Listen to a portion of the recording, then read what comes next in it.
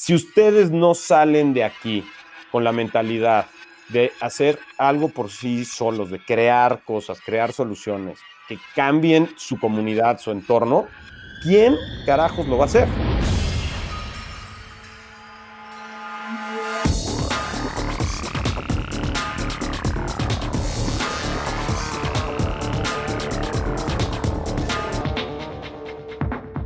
Hola y bienvenidos a un nuevo episodio de Cracks Podcast. Yo soy Oso Traba y entrevisto cada semana a las mentes más brillantes para dejarte algo único y práctico que puedas usar en tu vida diaria. Hoy entrevisto a alguien que es un gran amigo, así que puede que la plática la sientan aún más personal de lo normal. Mi invitado de hoy es Juan Pablo Zorrilla. Juan Pablo tiene más de 15 años de experiencia en la industria de servicios financieros, entrepreneurship y management. En 2009 cofundó Resuelve tu Deuda, la primera empresa dedicada a la reparación de crédito en México. Actualmente Resuelve tiene presencia en México, Colombia, Portugal y España, y vamos a hablar de esto en el episodio. Juan Pablo es profesor de Entrepreneurship en el Departamento de Ingeniería Industrial de la Universidad Iberoamericana, de donde yo soy graduado, y participa como consejero de las empresas Tucantón, Pagastar, Alameda y Crédito Real, además de ser miembro del comité de inversión del fondo de inversión Dila Capital. Juan Pablo es un apasionado de los deportes y ha participado en 10 maratones con un récord personal de 2 horas con 56 minutos. Hoy, Juan Pablo y yo, o Zorro como le digo, hablamos de la suerte, de la importancia de tener un plan y de qué hacer cuando este plan falla. Y antes de la entrevista, este episodio es presentado por Platzi. Este año me he hecho un verdadero fan de la educación en línea y estoy convencido de que las empresas que se están desarrollando en este sector están mejorando las expectativas profesionales de miles de personas alrededor del mundo. Una de las empresas que más impacto está teniendo en esta industria es Platzi. Platzi es una plataforma online de aprendizaje con más de 600 cursos en español impartidos por expertos en temas que van desde diseño web y comercio electrónico hasta emprendimiento y programación. Para que se den cuenta del impacto del que hablo, solo chequen estos datos. El número de estudiantes mujeres en Platzi pasó del 17% en 2018 a 34% en 2020. Gracias a esto, Platzi ha contribuido a reducir la brecha salarial entre hombres y mujeres hasta en un 21% en la industria de la tecnología. También el top 70% de los mejores estudiantes duplicó o más sus ingresos anuales. El top 50 incrementó de 2 a 4 veces sus ingresos anuales y el top 10% incrementó más de 5 veces sus ingresos anuales, así que sí hace la diferencia capacitarse. Además, el 19% pudo inclusive crear su propia empresa. La plataforma tiene una suscripción que te da acceso a todos sus cursos, como un Netflix del aprendizaje digital. Platzi ya tiene más de 1 millón de estudiantes en Hispanoamérica y si eres seguidor de Cracks Podcast, puedes convertirte en uno más de ellos recibiendo un mes adicional a tu suscripción yendo al link platzi.com/cracks. Platzi se escribe con Z. Y ahora sí, vamos a mi entrevista con mi amigo y gran emprendedor, Juan Pablo Zorrilla. Pues mi querido Zorro, Juan Pablo Zorrilla, gracias por al fin aceptarme la invitación, caray. Nada de eso, mi oso. Ahora sí, como sabes, me ha tocado estar en radio o en tele ahí representando como vocero a Resuelve. Y pues siempre te echas el de no, gracias por la invitación, muy contento de estar aquí, saludos al auditorio y la madre. Creo que nunca lo he dicho con más entusiasmo, ganas y honestidad que esta vez, de verdad. Mil gracias por la invitación y por tenerme aquí. Estoy feliz, como sabes, soy fan de tu podcast. Eso me llena de orgullo, de verdad. O sea, el hecho de que alguien como tú, que nos conocemos hace muchos años, le guste lo que estoy haciendo ahorita por pasión, la verdad es que me llena de satisfacción. Y la verdad es que me emociona mucho la plática que vamos a tener hoy, Zorro, porque tú hoy nos vienes a probar que no todo es lo que parece y que tampoco dónde naces y cómo creces tiene tanto peso como la gente le gustaría creer. Pero antes de entrarle a eso, Zorro, tú eres alguien que también le han gustado, así de flaquito que te ves hoy, eres muy deportista y hiper competitivo. La gente, digo, yo te conozco y la gente que te conoce y todo el mundo con el que he hablado como que cae en esa palabra, hipercompetitividad. Pero al grado que te pones hasta a agredir a tus empleados, canijo. No, no, jamás, jamás como agresión. Siempre, sí, a ver, la parte competitiva es un hecho, me ha acompañado toda la vida, al grado pues sí, era súper, súper, bueno, soy súper, súper ardido. Creo que ahora lo controlo un poco mejor, pero de chavo y de chavo no tan chavo, la verdad es que sí era desastroso lo que me podía llegar a pasar. Eh, Peleas con mis mejores amigos de golpes, en fin, ¿no? En la cascarita más simple, en este jardín ahí en Cuerna, y agarrarnos a golpes.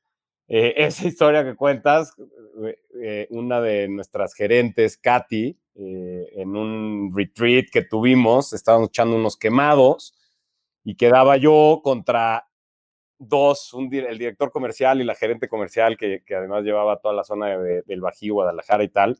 Entonces, estábamos ahí en la playa, en Acapulco, jugando quemados. Quedo yo, queda Salme y queda Katy. Entonces, ellos tenían la bola, me avientan la bola, ¿no? Ves que quemados te la avientan, la cachas y si no se te cae, pues no te quemaron, ¿no? Y dije, yo ya tenía muy clara mi estrategia, es primero voy contra Katy y ya luego me quedo el one-on-one, ¿no? Y el one-on-one, pues a ver quién la libra, pero de entrada el 2 contra 1, pues voy contra Katy. Y me avienta la bola Katy, la cacho, ¿no? No la aventó tan duro, quedamos cerca. Y en el momento que aviento, la aventé fuerte, obviamente, para poderla quemar. En el momento que sale la bola, dije, estos meet the fuckers. O sea, en la cara, cabrón. O sea, le puse el balón de voleibol en la cara, que además se venía medio ella corriendo hacia atrás, de espaldas, medio cayendo. No tuve piedad. La verdad, lo aventé abajo para no darle justamente en la cara. Como se cae y en la cara la cacha, se acabó el juego. Pero Se ganaste. burlan. Sí, se burlan de mí muchísimo porque ya la leyenda cuenta que yo salté, gané. Y cuando decían, oye, pero es que le rompiste la nariz. No importa, eso no importa, yo gané, ganó mi equipo. No llegué a tanto, no llegué a tanto. Sí quería seguir jugando para sí ganar, pero cuando le rompí casi la nariz a Katy me preocupé mucho por ella, obviamente. ¿De dónde nace esta competitividad? Fíjate que lo he pensado mucho, o sea, a ver, creo que era como muy natural, es mi personalidad, me encanta ganar, la gente que ha estado conmigo tiempo y que sabe que hemos jugado algún deporte o que hemos trabajado juntos, todo lo veo como una competencia y me encanta ganar.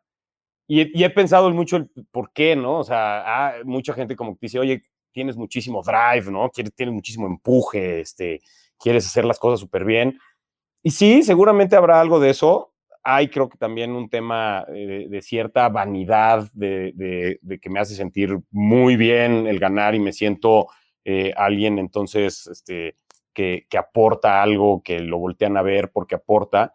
Y seguramente nunca he ido con psicólogos o tal y he tenido la curiosidad, pero la verdad nunca he llegado a ir o nunca me he animado lo suficiente como para ir.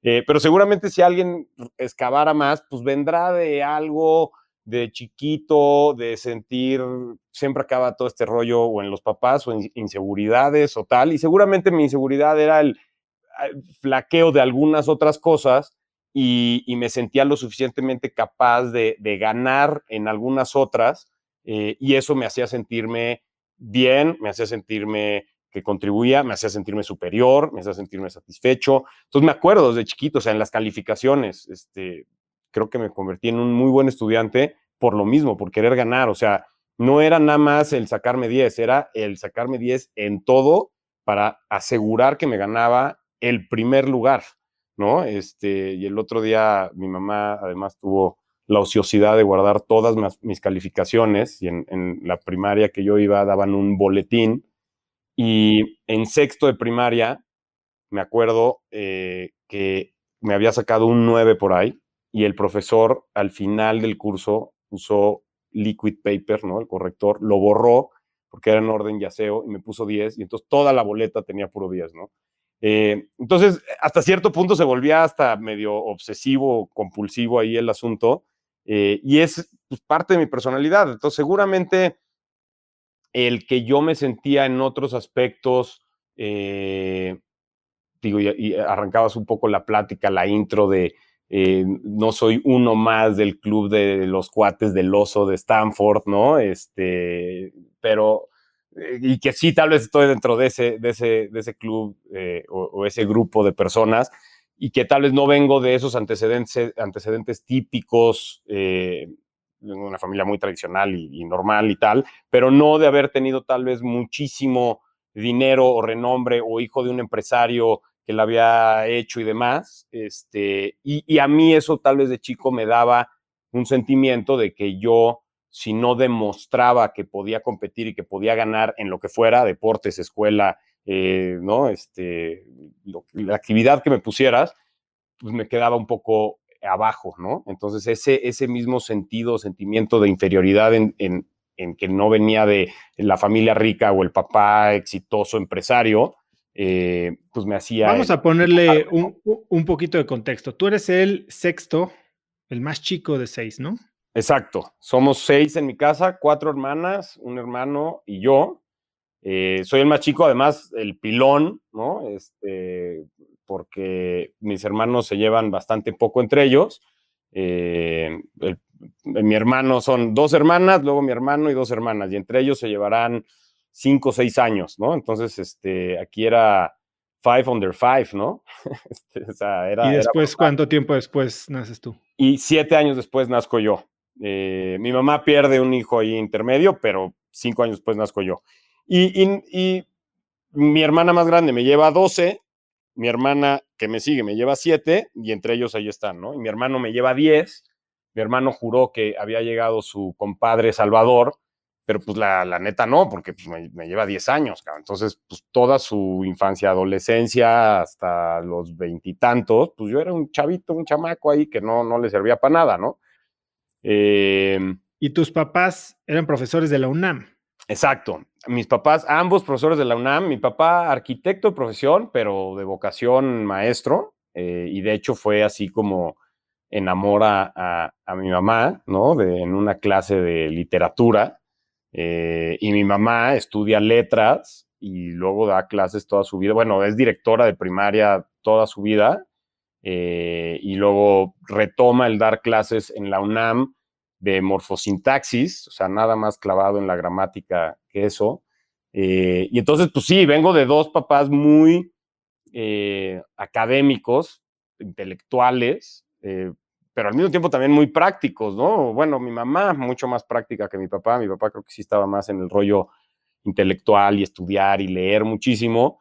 Y mi mamá, pues como que sí se daba cuenta que no solo de libros vive el hombre, ¿no? Entonces había que meterle la mano y echarle muchas ganas a la chamba para poder sacar adelante a los 6 hijos. Y entonces, pues ese es un poco el contexto, ¿no? Vengo de ahí, aunque regresando al tema de ser competitivo, pues yo no competía realmente con mis hermanos, o sea, me llevaban tantos años que más bien ellos me ayudaban muchísimo, poniendo el ejemplo y abrirme brecha en muchas cosas, y yo pude tomar como que lo mejor de cada uno o ver lo mejor de cada uno, y adaptarlo. Entonces no tanto competía yo con ellos, en ningún sentido, ¿no? Ahora, regresemos un poquito a la parte de competitividad y de deportes. ¿Cómo termina este niño hipercompetitivo, deportista, futbolista en la estudiantina? Sí, ese, fíjate, yo creo que a la fecha es uno de mis mayores fracasos.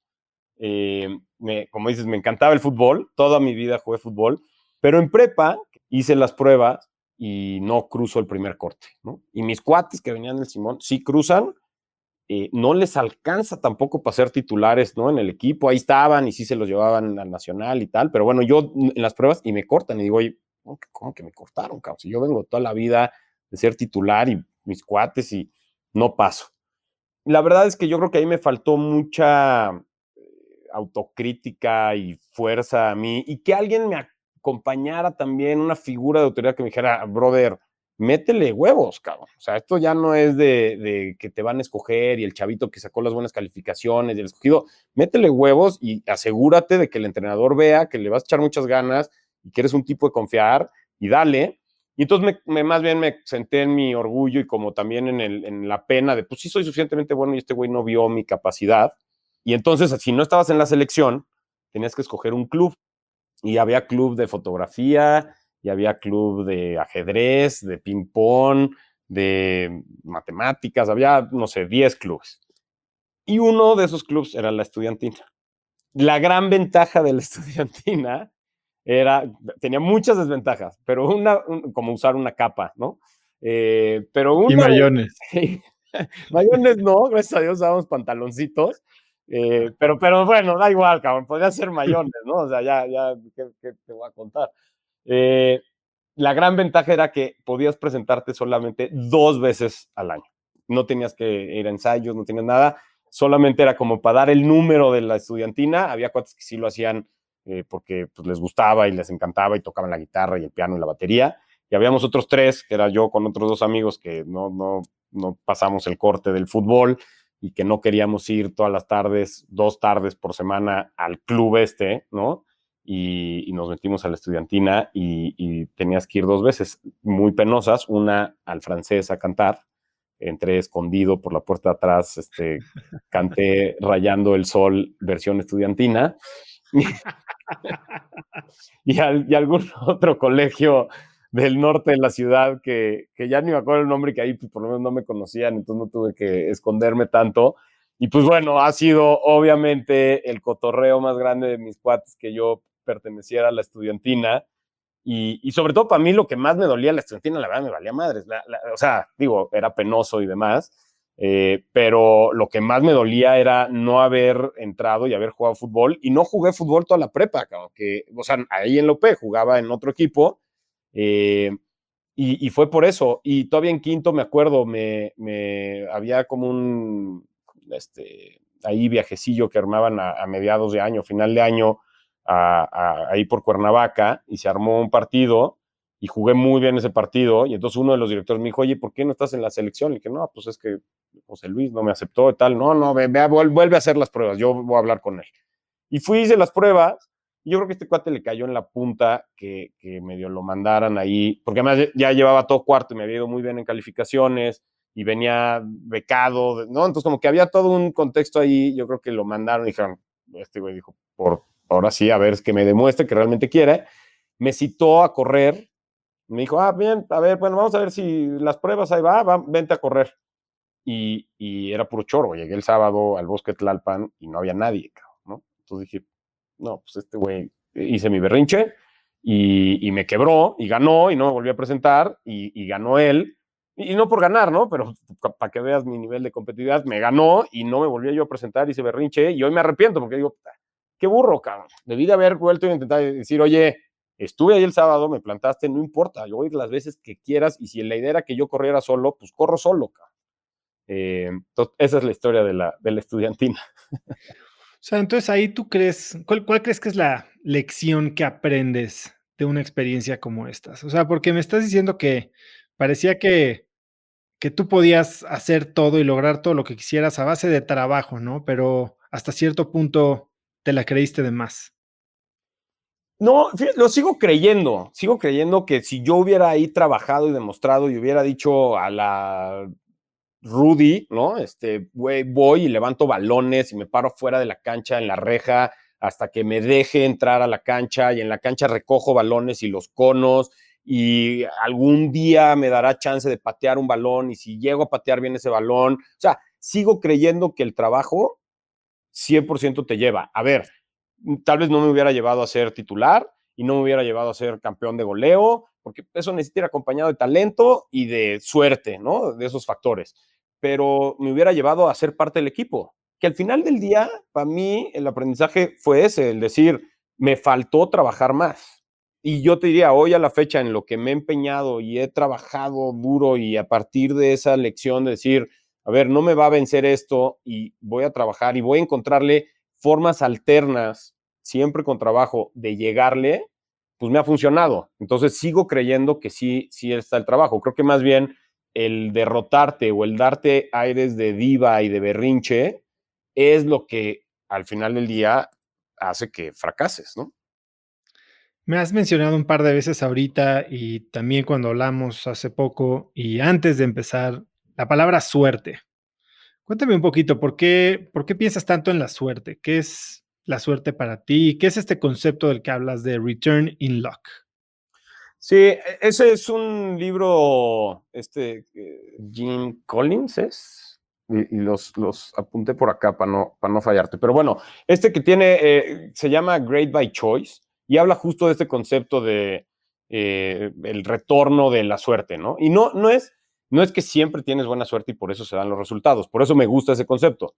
Creo que es reconocer que consigues algo, logras algo. Sería creo que muy arrogante, muy soberbio pensar que es solamente porque tú fuiste lo súper fregón para lograrlo, ¿no? O sea, hay una serie de circunstancias que te acompañan, que es lo que le llamo suerte, circunstancias positivas que se abren puertas, que te dan la posibilidad de hacerlo, y tú tienes que trabajar para hacerlo, ¿no? Entonces, el concepto de este cuate es justamente como esa mezcla entre vas a tener buena y mala suerte en la vida, ¿no? Y pone ahí un ejemplo de una expedición y como lo ilustra, ¿no? Pero el concepto es, vas a tener buena y mala. Si tú estás muy preparado y estás muy fuerte, pues la mala suerte vas a lograr mitigarla y vas a lograr salir adelante de eso. O sea, mala suerte, oye, pues tienes ahorita un restaurante en plena pandemia. Puta, ¿quién pudo haber previsto eso, no? O tienes cines en plena pandemia. Pues no hay forma que lo pudieras haber previsto y saber que eso se hubiera desencadenado en que tenías que cerrar tu negocio y demás. Pero sí tienes la fortaleza de tal vez pasar ese mal rato, esa brecha, y eventualmente va a llegar ese golpe de buena suerte donde ahora tal vez la gente solo puede ir por alguna razón a tu cine o a tu restaurante, y si estás lo suficientemente fuerte, eres capaz de aprovechar esa oportunidad, ¿no? Entonces, ese es un poco el return on luck o el retorno sobre la suerte que puedes tener, que tiene que ir acompañado de esa preparación. Pero creo que en últimas fechas, vas creciendo, madurando un poco más, pues te das cuenta que incluso en lo que yo creía que era solo fruto de mi trabajo, ¿no? O sea, buenas calificaciones. No, eras ahí un poco resultado de esa circunstancia de tal vez yo haber tenido a mis papás que eran maestros y me acuerdo de mi mamá siempre dándome como tips, ¿no? Y el hack de, a ver, el primer mes, y yo ahorita se lo paso a mis hijos, digo, A ver, échatelo. el primer mes trabaja como desesperado. O sea, nadie puede aguantar ese ritmo de entregar la tarea perfecta, todo perfecto, el examen perfecto. No aguantas. Pero el primer mes sí, o las primeras 2, 3 semanas. Y entonces la maestra que está del otro lado empieza a poner etiquetas. Y es terrible, pero ese es el sistema. Y la etiqueta es, estos cuates son los inteligentes o los que trabajan duro, los que completan todo. Este es el montón, el pelotón, y estos son los que están fregados. Y eso pasa en una entrevista de trabajo a los 3 segundos. ¿No? O sea, esa percepción que llegas a tener. Entonces aquí tal vez le das un mes, y ojalá sí sea un mes. Entonces, si tú haces eso, es un poco el de créate fama y échate a dormir, pues sí funcionaba. Yo le echaba ganas durísimo ese primer mes y luego continuaba con un buen trabajo, no a la intensidad. Pero el profesor como que dice, no, pues es que este era el de los buenos. Tal vez se le fue aquí ahorita y te va a poner el 10, aunque tal vez te merecías un 9 o un 8. Y eso velo ahora en el deporte, ¿no? O sea, los campeones Federer, Djokovic, Nadal, de entrada, por sistema, los siembran diferentes. Entonces, de entrada, el caminito ya les toca un poquito más fácil las primeras 2, 3 semanas, ¿no? O la primera semana de la ronda, no juegan ni siquiera las previas. Sí se van acomodando las cosas. Entonces, hay una circunstancia. Mi circunstancia era que mi mamá fue directora de una escuela de primaria durante 20 años, se sabía todos esos truquitos, me los pasaba y pues yo me los aprendí toda mi vida. Trabajaba duro, pero había esa circunstancia, ¿no? Entrar a una escuela como Stanford y que eso modificara mi forma tal vez de pensar y de ver mi ruta profesional, pues fue una serie de circunstancias, digo, ahí tal vez más acumuladas. Y sí, yo tenía un plan y me quería ir de MBA y ese plan lo preparé durante 10 años, pero pues digo, tú lo viviste y tú lo sabes, o sea, creer que solo entraste porque tú eres el genio y figura y único en este planeta y por eso te escogieron, pues eso es bullshit, ¿no? Y ese bullshit, te diría, pues adelante de mí, y no es el admissions mistake, ¿no? Que se habla mucho. Yo creo que este es simplemente reconocer pues había muchísima gente en esas aplicaciones que pudo haber sido mejor que yo, y yo tuve la fortuna de que el cuate que leyó mi aplicación le pareció que era lo suficientemente interesante, hizo clic y entró. Si hubiera sido otro el tipo que estaba ahí leyendo eso y no le parecía interesante o no hacía clic, pues hubiera pasado como cualquier otro, ¿no? Entonces, ese es el tipo de suerte que hablo, ¿no? Pero, ok, me queda claro lo que dices y creo que, digo, Malcolm Gladwell en Outliers lo menciona mucho, ¿no? A ver, ¿por qué Bill Gates es Bill Gates? Bueno, porque tuvo la suerte de tener el acceso a la computadora en la universidad en la que estaba o en el high school en el que estaba y acumular sus 10,000 horas, ¿no? ¿Por qué los socios de Skadden Arps se hicieron gigantescos a la hora de construir su firma de abogados para takeovers y hostiles?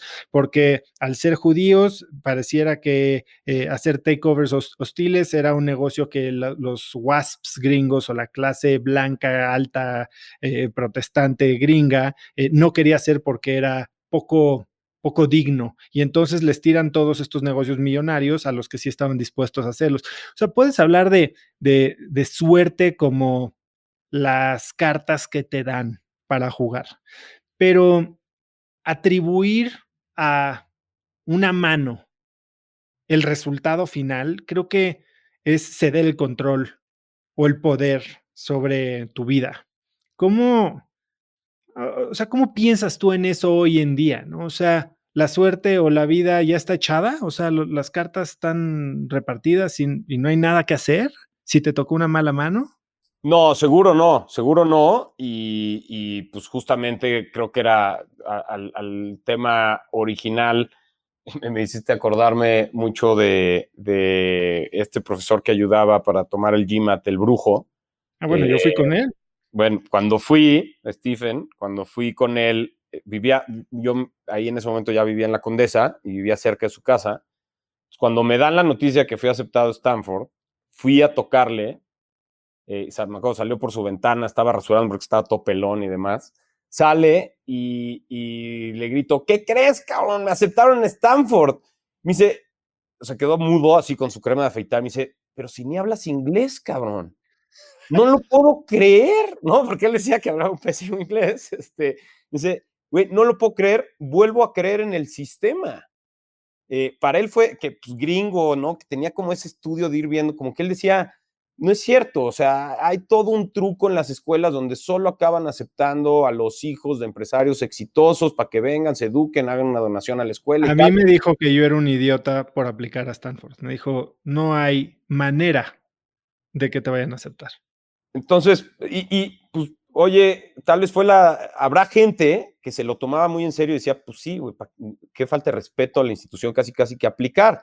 Y para mí, pues habrá gente, ¿no? Como tú, como yo seguro, pues más ignorantes de ese tipo de sistemas y que yo decía, o sea, pero ¿por qué no voy a aplicar? O sea, yo voy a aplicar, mi plan es irme a maestría, yo apliqué a 7 escuelas y cuando oía que alguien decía, no, yo solo apliqué a Harvard Stanford, si no, no me voy, decía, muy respetable, qué bueno, la tiene clarísima. Yo lo que tengo clarísimo es que me quiero ir de MBA. Y ese es mi siguiente paso para ahí tomar otro paso. Si en ese proceso me aceptan en alguna de estas monstruos, pues va a estar increíble, pero si no, a ver, creo que puedo seguir modificando la mano de cartas que está ahí. Y un poco desafiar al sistema y el verlo, pues es un poco el hablar y decir, oye, un cuate, hijo de 2 profesores de la UNAM, donde su papá, su hijo nació cuando él tenía 50 años, a mi mamá, o sea, me llamo Juan Pablo porque a mi mamá el doctor le dijo, señora, usted tiene 42 años, hay un riesgo bien alto de que su hijo nazca cuando menos tarado, ¿no? Y pues, quién sabe, igual y tendrá razón el médico. So far todavía no demuestro grandes índices de taradez, pero pues entonces me encomendó a Juan Pablo II. Mis papás son súper devotos católicos, yo la verdad no, que eso también se los agradezco, fueron siempre muy respetuosos, a pesar de que ellos sí eran súper, o sea, mi papá, ministro de la Eucaristía y demás, pero fueron siempre muy respetuosos, yo no, la verdad no soy tan, o sea, tan religioso.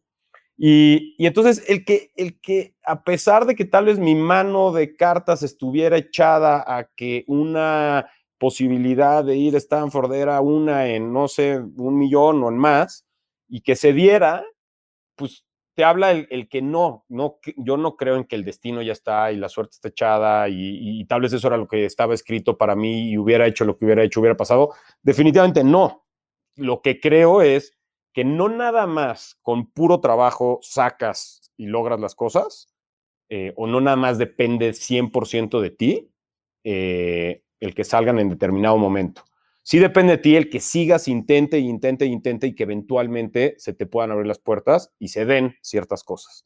Y que dependes de ciertas condiciones o circunstancias que de no darse, pues es complejo que una en un millón se dé. Y está Uber, Airbnb, que si no hubieran salido en crisis 2009, 2010, pues nadie hubiera querido compartir su coche, nadie hubiera querido compartir su sala con un güey que llega con un inflable, ¿no? O sea, a eso creo que voy y coincido contigo. No creo en que ya tienes una mano, te salió la mano jodida, ya te chingaste, te salió la buena, ya ganaste y qué rico a echar la flojera, ¿no?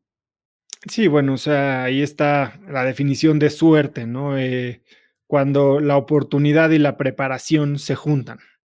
Pues claramente, si no hay oportunidad, pues tal vez mucha preparación no va a ser aplicable, pero a través de trabajo y creo que dedicación y perseverancia y resiliencia, puedes crear oportunidades. O sea, vas comprando tus cachitos de la lotería y yo creo que la suerte hasta cierto punto pues se hace. Digo, está esta historia china, ¿no? Del papá y el hijo que o sea, no me acuerdo cómo va, pero se sube al caballo y qué bien monta tu hijo, qué suerte que monta tu hijo el caballo increíble y va a ser un gran no sé qué. Y después, que sí, qué buena suerte. Y se cae el hijo del caballo y se rompe la pata y no, qué mala suerte, que ahora que tu hijo que montaba tan bien, ahora ya no puede montar porque se rompió la pata. Y a los 2 días llega el ejército y les dice, bueno, vamos a reclutar a todos los jóvenes sanos, fuertes para ir a la guerra, ¿no? Pues qué buena suerte que tu hijo se rompió la pata, ya sabes. O sea, ¿cuándo es buena suerte y cuándo es mala suerte? Creo que también depende de la manera en que veas las cosas, ¿no? Y cuántas, a ver, zorro, tú o sea, te graduaste de Stanford en 2009 y tú querías ser banquero y tú viviste el mismo verano que yo lo viví en 2008. Tú estabas de internship en Barclays, yo estaba de associate en UBS. Estábamos viviendo nuestro sueño hecho realidad y se desmoronó enfrente de nosotros. Sí, ¿Buena o mala suerte? pues como la historia china, buena suerte porque de ahí surgió un ímpetu mayor a ser emprendedor, ¿no? Pero nos pudimos haber anclado en que era mala suerte y te 100%. pudiste haber quedado como un banquero frustrado para toda tu vida. O cien sea, por ciento. Sí, 100% de acuerdo con eso y creo que eso sí tiene que ver mucho con ese tema de que a mí me encanta y que trato de aplicarlo, ¿no? Ese de grit o de perseverancia y de aguantar, pues mucho es esa actitud, ¿no? O sea, sí, como dices, ese sueño yo lo tenía desde los tal vez 15, 16 años, ¿no? Que me inspiró uno de mis cuñados que estaba en Goldman Sachs, en Nueva York, Wall Street. Yo decía, es que yo quiero llegar ahí, ¿qué tengo que hacer ahí? De ahí empecé a construir todo un plan súper detallado, ¿no? O sea, que fue definiendo varias cosas en mi vida, eh, construido además en conjunto con Mer, mi esposa, donde ¿no? llevábamos justo 10 años de novios y nos íbamos a ir casados a la maestría y de ahí Nueva York. Y sí, podrías decir, oye, se desmoronó en mi cara. Yo me acuerdo que además estaba haciendo un segundo internship en Italia, porque pues, Stanford te daba ese chance de hacer esa experiencia global, ¿no? Y entonces te ibas a trabajar gratis, o no gratis, te pagaban los viáticos, ¿no? Y trabajabas un mes. Yo estaba trabajando en Italia, en un hotel boutique increíble, haciéndoles un modelo ahí financiero porque querían venderle a BlackRock. Y de repente veo la noticia de Lehman Brothers quebrado, ¿no? Evidentemente en mi egoísmo lo único que pensé es, uff, ¿y ahora qué va a pasar, no? O sea, si quebró Lehman Brothers, el próximo, ¿cuál va a ser? Ya después pensé en toda la gente que estaba en Lehman Brothers, que llevaba toda su vida ahí, que todo su patrimonio estaba ahí y tal. Y cuando hablo, el MD, el del desk a donde yo iba a aterrizar, me dice, oye, ya me habían hecho oferta, ya me habían pagado el signing bonus, todo. Me dice, oye, tu oferta sigue, pero pues yo tenía 3 lugares. Uno de esos 3 lugares era para ti. Con lo de Lehman, y nosotros compramos un pedazo de lo de Lehman, justo me acaban de llegar 12 personas que tienen 10 veces más experiencia que tú, que llevan 15 años en el negocio, que tienen clientes, que tienen contactos. Me dijo, brother, y me voy a quedar a 3. Si quieres, vente y nos ponemos a las patadas entre todos, yo te recomiendo que te vayas a México, vayas a la oficina de México un año y ya luego te regreses. Y en México habían prácticamente switchado a la gente que estaba de la oficina de Barclays, había salido y se quedaron con la oficina de Lehman. Entonces, cuando yo vengo a México, porque pues, me vengo a platicar con ellos, pues no te quiero contar el coraje, depresión, enojo de toda la gente en esa oficina. Y ahí fue cuando dije, o sea, no hay forma, o sea, ya me quedé atorado, porque ni puedo ir a Nueva York, no hay forma que le gane a esos 13 cuates, o sea, ni aunque me convierta en el utilero y ahora cargue todos los balones y les lleve desayunos todos los días, o sea, me van a correr a los 3 meses. Y no hay forma que me meta a esta oficina porque me voy a deprimir junto con ellos y yo estoy empezando mi carrera, ¿no? Entonces, sí eran tiempos sin duda difíciles, curiosos, que ¿Y a mí me abrieron la puerta, ¿no? cuál fue el razonamiento entonces? O sea, dijiste, aquí ya no puedo y para ti, ¿cuál era el diálogo en tu cabeza entre, bueno, ya sé todo lo que trabajé y todo lo que creí que iba a ser, aquí terminó y ahora empiezo de cero, ahora para dónde volteo? ¿Qué pensabas en ese momento? Creo y creo que es otra vez ahí el tema de la personalidad y de la competencia, ¿no? Cuando tú estás, por ejemplo, jugando fútbol o ahora que corro, no te detienes tanto a pensar, ¿no? Te metieron un gol y no te pones a pensar, híjole, ching, me metieron un gol y ahora qué voy a hacer y ya esto ya se acabó y ya perdí. No, como que por lo menos mi actitud es, pues vale, para adelante y a seguirle dando y a machacarse y a matarse en la cancha y a darle duro y lo que no salga con talento, pues va a salir con fuerza. Entonces, como que tampoco me quedé ahí parado a preguntarme muchas cosas, como que fue a ver, pues siguen en el trote, a todo lo que da, a todo lo que da, a todo lo que da. Y en ese trote fue, a ver, tengo un año, tengo 9 meses para regresar a Stanford y un poco redefinir ese plan. Y me acuerdo muy bien uno de los profesores que tuvimos ahí que daba emprendedurismo, entrepreneurship, que en ese momento daba Gard Saloner, y él decía, no se vayan a un banco o a una consultora a adquirir una experiencia de 2 años en 5, ¿no? Y un poco su pensamiento era, lo que vas a adquirir de experiencia lo agarras en los primeros 2 años. Si te quedas 5, es porque quieres ir a cobrar el cheque. Y ese cheque es la peor tentación del planeta, porque justamente cuando cumples 5, pues ya te pusieron la siguiente zanahoria. Y la siguiente zanahoria del 5 al 10, pues es un cheque del doble, ¿no? Y cuando ya estás en el 10, pues ya tienes tus stock options, ¿no? Tus opciones de acciones y demás de donde estés, o ya vas a ser partner. Entonces ahí es donde empiezas a cobrar de verdad. Y ya, esa es tu carrera. Entonces, él, desde su punto de vista como más de emprendedurismo, decía, si se van a ese lugar a adquirir experiencia, está bien, complementen su educación con esa experiencia, pero no más de 2 años. Y en 2 años la verdad es que no cobrabas los cheques, ¿no? Pues cobrabas bien, les pagan maravillosamente bien, pero no te alcanzaba como para mi plan, que era pago la maestría. Yo dije, me voy 5 años, pago la maestría, ahorro una lana y ya regreso a México a formar algo propio. Eso se derrumbó, entonces dije, bueno, tengo 9 meses para repensar qué puedo hacer y un poco con la visión de Gard Saloner y luego en otra clase donde nos dijo muy claro, ¿no? A ver, no hay gente con mayor oportunidad, que hayan recibido mayor oportunidades que ustedes, ¿no? Y una serie de privilegios gigantescos y el que estén aquí sentados, sí, seguramente fue mucho trabajo, pero también una enorme oportunidad. Si ustedes no salen de aquí con la mentalidad de hacer algo por sí solos, de crear cosas, crear soluciones que cambien su comunidad, su entorno, ¿quién carajos lo va a hacer? Y entonces decía, y esa pregunta nos debe de preocupar muchísimo, porque entonces los que lo van a hacer, ¿con qué intenciones lo van a hacer? ¿Cuál va a ser su motivo real? ¿Cuál es su objetivo real? ¿No?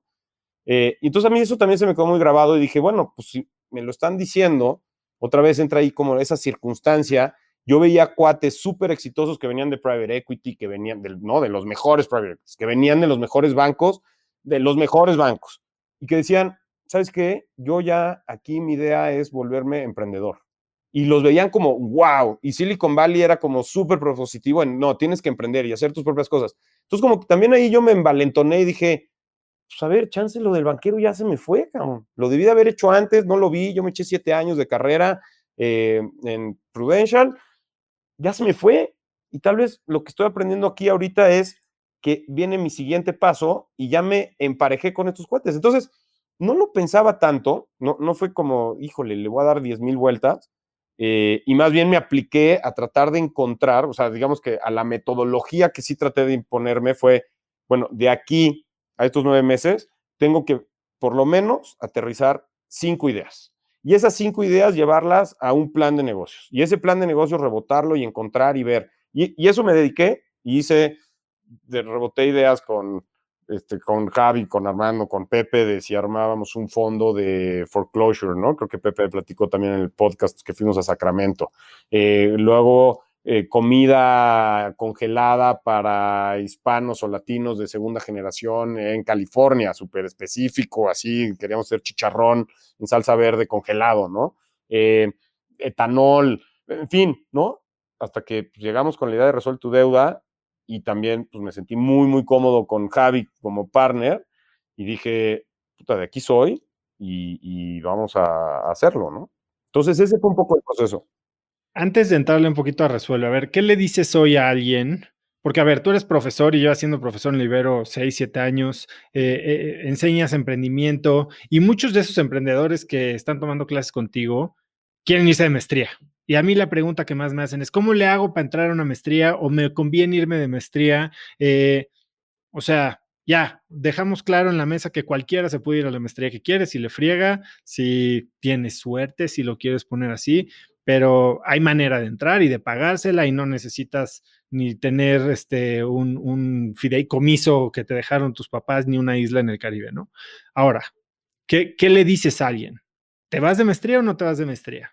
O ese dinero te lo gastas aquí emprendiendo o te vas a trabajar a Resuelve, a Instafit, a Clip, a donde tú quieras. Yo mi recomendación siempre es así de saque, porque a mí me funcionó y pues porque cuando alguien te pide un poco el consejo, supongo que lo ve porque algo le parece que hace match de tu vida con lo que ellos quisieran. Entonces yo lo que les digo es sí, 100% vale la pena. Ahora, tienes que encontrar las razones que para ti valgan la pena. Para mí valía la pena muchísimo por experiencia de vida. O sea, valía la pena porque me iba a ir, era mi plan, irme con mi esposa, con Mer, era un plan de los dos, entonces eso me ilusionaba muchísimo. Me ilusionaba muchísimo el poder ir a estudiar a Estados Unidos.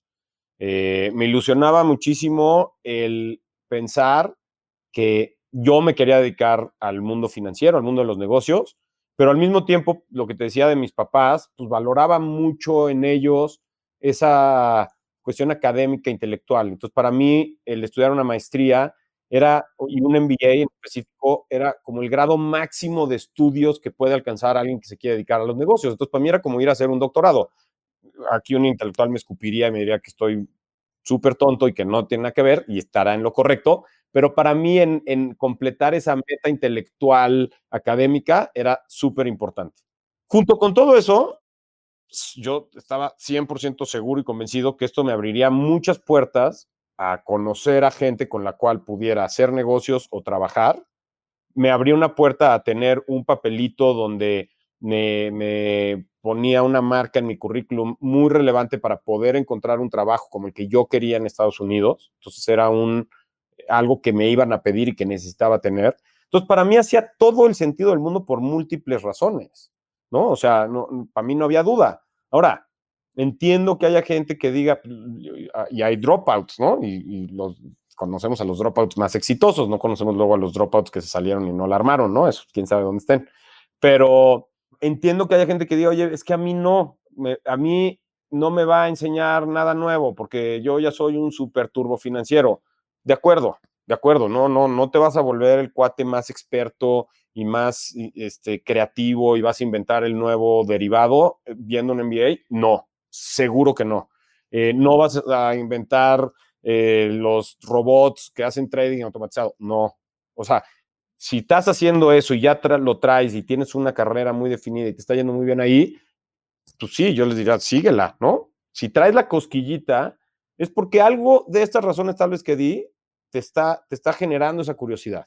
Y entonces lo que yo les digo es, pues a ver, haz el proceso, que te acepten, Que la decisión quede en ti. y luego les dices que no, ¿no? Y esa experiencia me la llevé yo desde prepa, ¿no? para mí fue, yo en prepa, en el fútbol, decía, no, yo les dije que no a la selección, yo no quise jugar. No mames, bullshit, no es cierto, ¿no? O sea, yo sí quería, me dio miedo, no quise trabajar lo suficiente, no, me dio pena, hice berrinche, lo que tú quieras. Entonces, eso me quedó, dije, a ver, yo de aquí no me la vuelvo a quedar así. Si hago todo lo posible y no me aceptan, ni modo, no me aceptaron. Shit happens. Pero no me voy a curar en salud de, no, yo soy tan bueno y tan inteligente y me ha ido también en la vida que yo eso, la verdad, no lo quiero. No, pues a ver, que te acepten y ya luego les dices que no. Ahora has hablado muchísimo de hacer planes y también nuestros amigos hablan de ti como un planeador incansable.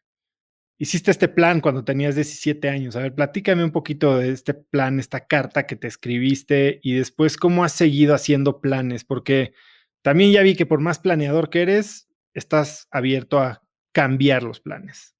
Sí, yo creo que, y el otro día platicaba con mis sobrinos, pues son esta generación más millennial, ¿no? Del finales de los 90s, 2000 y pues ya hoy están en sus 20s.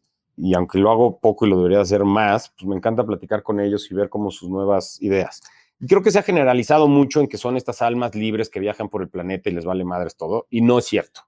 Creo que más bien es lo que tú dices, son gente que están mucho más abiertas a múltiples opciones, gente que está muy abierta al cambio y cambio rápido, constante, y eso los hace parecer que no tienen planes o que les vale gorro o que van por la vida ahí flotando y volando, ¿no? Entonces yo creo que no, o por lo menos yo lo que he aprendido es que esa generalización, ¿no? De la generación esta de cristal o de que no están tan fuertes, no, creo que es más bien juegan muy bien las cartas que les tocó jugar. Pues, ¿por qué jugarían con una mentalidad de la posguerra baby boomer cuando eso ya no existe, ya no está en el mapa, ¿no? Entonces, cuando hablo con ellos, me doy cuenta que también entienden, o con mis alumnos de la Ibero, que entienden claramente que no es tener un plan rígido por la rigidez y que tienes que seguir al pie de la letra y tiene que ser el plan tradicional que siguió tu papá de 25 años en una aseguradora. Que, by the way, si eso es lo que te gusta, si eso es lo que te llama y es lo que te sale, está increíble, ¿no? No tiene nada de malo.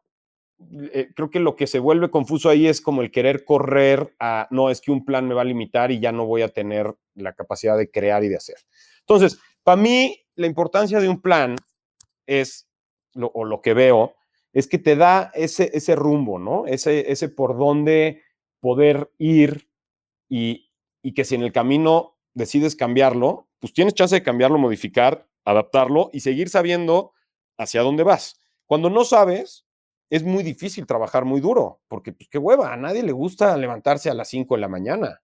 Bueno, que yo sepa, o sea, los que se levantan a las 5 de la mañana hacen un esfuerzo. Que luego hay una recompensa por levantarse tan temprano, está increíble.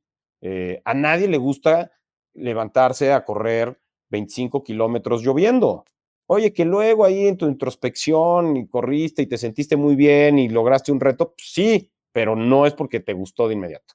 Entonces, para mí, ese plan de los 15, 17 años vino mucho, te digo, por inspiración de mi cuñado, ¿no? Otra vez, mis papás, profesores. Mis hermanos, todos están del lado humanista, ¿no? Mi hermana más grande es historiadora, la que le sigue es pedagoga, mi hermano es diseñador industrial, otra hermana diseñadora gráfica y la última comunicóloga. Y llega la oveja negra de la familia a cagarla, ¿no? A irse de ingeniero industrial y quererse hacer MBA y meterse de financiero y tal. Mucho por esa inspiración de mi cuñado, que entonces yo decía, oye, ¿qué tengo que hacer para llegar ahí? Entonces, como que el primer gran salto era, bueno, pues tienes que tener si quieres ir a Wall Street, tienes que tener un MBA. Ah, perfecto. Si yo hago un MBA, mis probabilidades de entrar a un banco en Wall Street suben un chorro. Ok. ¿Qué tengo que hacer para llegar a ese MBA? Ah, bueno, pues tienes los siguientes 10 años. Primero, buenas calificaciones, estudiar una carrera y tener experiencia laboral relevante. Ah, pues Y ¿cómo hago? estar en una gran sociedad de alumnos de ingeniería industrial, liderada por alguien de altos valores, Y enorme capacidad enorme de capacidad. convocatoria. Exacto. Exactamente, pi, ¿no? Para los que no sepan, el Zorro y yo estuvimos en la sociedad de alumnos juntos en ingeniería industrial y el Zorro era del comité social, ¿no? Eras el que hacía las fiestas. Exacto. Ahí tengo todavía el flyer donde venía el organigrama y tú como buen presidente uniste fuerzas, creo que era Javi, Con Javier Cuisen, sí. y lo lograste convencer que tú eras un mejor candidato a presidente. No sé cómo lo lograste porque... Fue, aquí ya siendo honestos, fue un tecnicismo y creo que él no le daban los créditos para ser presidente, entonces fue vicepresidente. Ok, ok, Nombrado. ya, con razón, con razón. Pero bueno, entonces, claro, eso era parte del currículum y es parte del sistema y habrá quien pueda decir, híjole, qué flojera, cabrón, este cuate se metió a la sociedad de alumnos solamente para cubrir una parte en su currículum. Sí, tiene razón. Ahora, pues no me daba flojera porque pues habíamos cuates buena onda y organicé un torneo de dominó que estuvo a todo dar y organizamos alguna otra fiesta. En fin, entonces, sí, el plan para mí era, oye, a ver, ¿qué cuestiones relevantes o qué cosas van a ser importantes cuando yo estoy estudiando? Ah, pues sociedad de alumnos, seguro, los gringos lo valoran y las universidades gringas lo valoran, ok. Servicio comunitario social, ah, pues ¿qué me puedo meter? Y, ojo, si no estás convencido de una de dos cosas o de las dos, una, que eso te va a servir y entonces eres frío calculador y estás nada más forjando tu futuro. O la otra, realmente te importa esas actividades y te importa ser parte de la sociedad de alumnos porque te vas a relacionar, porque puedes echar buen relajo, porque estás contribuyendo con la escuela. O en servicio social porque crees que realmente estás ayudando a esas personas y tienes esa capacidad de ayudar y tienes esa responsabilidad de un poco dar de regreso, ¿no? Ese give back to the community. Si no tienes alguna de esas dos, pues obviamente, evidentemente no lo vas a hacer. La verdad, para mí siempre fue como un mix entre las dos. Ni soy Carmelita descalza y quería hacer solamente cuestión social, ayuda o servicio social. Me ayudaba al currículum, pero al mismo tiempo soy un fiel creyente y hoy lo sigo haciendo, ¿no? Hoy participo en cosas que me llenan por saber y lo hago de manera completamente gratuita y desinteresada, más que por mi propio interés de yo poderlo desarrollar. Eh, y no lo harías, ¿no? Entonces, como que ahí fui trazando mi plan que lo vas descomponiendo en estos microobjetivos y te vas mezclando y vas como también esa ley de la atracción que no quiero ahí confundir en que yo creo que es metafísico y simplemente por pensarlo lo atraes, pero sí, si estás pensando todo el día en eso y estás hablándolo y tal, pues la gente se va enterando y dicen, oye, mira, ya hay un güey que saca buenas calificaciones, que se quiere unir a la planilla esta, que no tiene aspiraciones de ser presidente, entonces no nos va a robar el puesto. Puta, nos hace falta uno de esos, tráetelo, cabrón, algo cargará de la mochila este güey, ¿no? Pues a todo dar. Esa es para mí como la ley de la atracción, ¿no? Vas conectando, vas informando, vas dejándole saber a la gente tus intereses y vas un poco recibiendo su invitación o tú te le vas presentando en el camino. Entonces, hago eso, estudio ingeniería industrial pensando en eso también, ¿no? Mi duda era un poco si estudié economía, pero cuando veo que, digo, bueno, es que ese fue mi proceso mental, economía o administración no, porque estaba muy devaluada, ¿no? Como que la gente decía, no, los administradores no saben tanto. Curiosamente el MBA, pues es lo de un administrador. Eso es, sí. Pero bueno, yo ahí como que decía, no, un administrador, esos están quemadones, son más para los flojillos que no le saben tanto a las matemáticas y tal, puro como estatus y un poco presentación hacia afuera. Estudio ingeniería industrial, me meto el rollo de la planilla, voy creando eso y digo, mi edge aquí o mi ventaja competitiva va a ser meterme a trabajar mucho antes para en vez de tener 2 o 3 años de experiencia, voy a juntar todos los años de la carrera más los 2 o 3 años de experiencia post graduación para aplicar a la maestría, ¿no? Entonces me meto a trabajar y empiezo a hacer esas dos cosas en combinación, ¿no? Que la verdad creo que fue una muy buena decisión, me dio un muy buen resultado y finalmente llego pues a ese punto de, ok, ya estoy en la maestría. ¿Cómo llego a todo ese plan? Y esta es otra de esas cosas circunstanciales de la vida. A los 17, 18 años, una mamá de una de mis mejores amigas, yo creo que estaba muy preocupada de que veía a su hijo en especial y seguramente al resto medio güeyes en que no sabíamos qué hacer de nuestra vida y nos consiguió lo que ella tituló un orientador vocacional. Entonces, pues ya sabes, ¿no? Un miércoles a las 7 de la noche, ahí en casa de mi cuate, llegó este orientador vocacional. Nosotros habremos tenido 18 años, punto ya de salir de prepa. Y ya nos empieza a platicar este cuate y lo tengo grabadísimo porque para mí fue, yo no tenía, en mi casa como que no se discutía mucho de esos temas de exactamente qué vas a hacer en el futuro, en qué vas a trabajar, qué es el éxito, cómo vas a sentir el éxito, visualizarlo. O sea, hay que lo veo y que ya tampoco he sido muy clavado, pero que me hablan de, no, pues es que tu visual board, que no sé qué, y lo tienes que pensar y maximizar y tal. Pues este cuate era lo que nos hizo. En una hoja de papel nos dijo, a ver, ¿qué es lo que quieres hacer en los siguientes 5 años? ¿Qué es lo que quieres hacer en los siguientes 10 años? Y ponlo a detalle, o sea, ¿cómo vas a saber que alcanzaste eso? Define qué es tu éxito, ¿no? Entonces yo me acuerdo haber escrito que para mí, a mis 28 años, porque era el plan de 10, el tener un corner office en Wall Street de banquero, viendo al Hudson River, ¿no? A ese nivel de detalle, y ahí tengo la hojita y la leo y digo, puta, qué cagado que a mis 18 años ya la tuviera así de puta, detallada.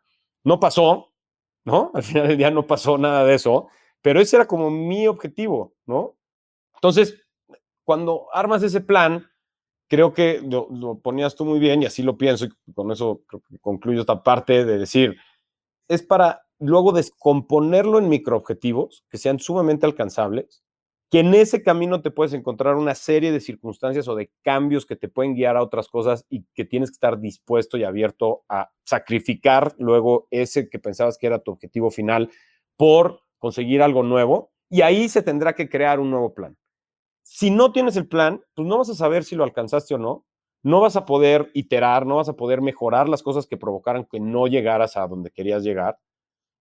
O sea, estás perdido, pues no sabes si incluso igual y llegaste y ni te enteraste, ¿no? Y a mí por lo menos eso me da pues, mucha seguridad y mucha tranquilidad, felicidad, el ir viendo que voy completando estas pequeñas tareas día a día, ¿no? Mes a mes, año con año, que me van acercando a ese objetivo y que luego te sales un poco y tomas perspectiva y dices, bueno, ya no sé si quiero ir ahí, todo esto que construí me ayuda, pero ahora quiero girar hacia allá. Está bien, muy válido, Qué ¿no? importante esto que estás diciendo de salirte y tomar perspectiva. O sea, hoy por lo que oigo, sigues haciendo planes. O sea, sigues haciéndolo de una manera rutinaria.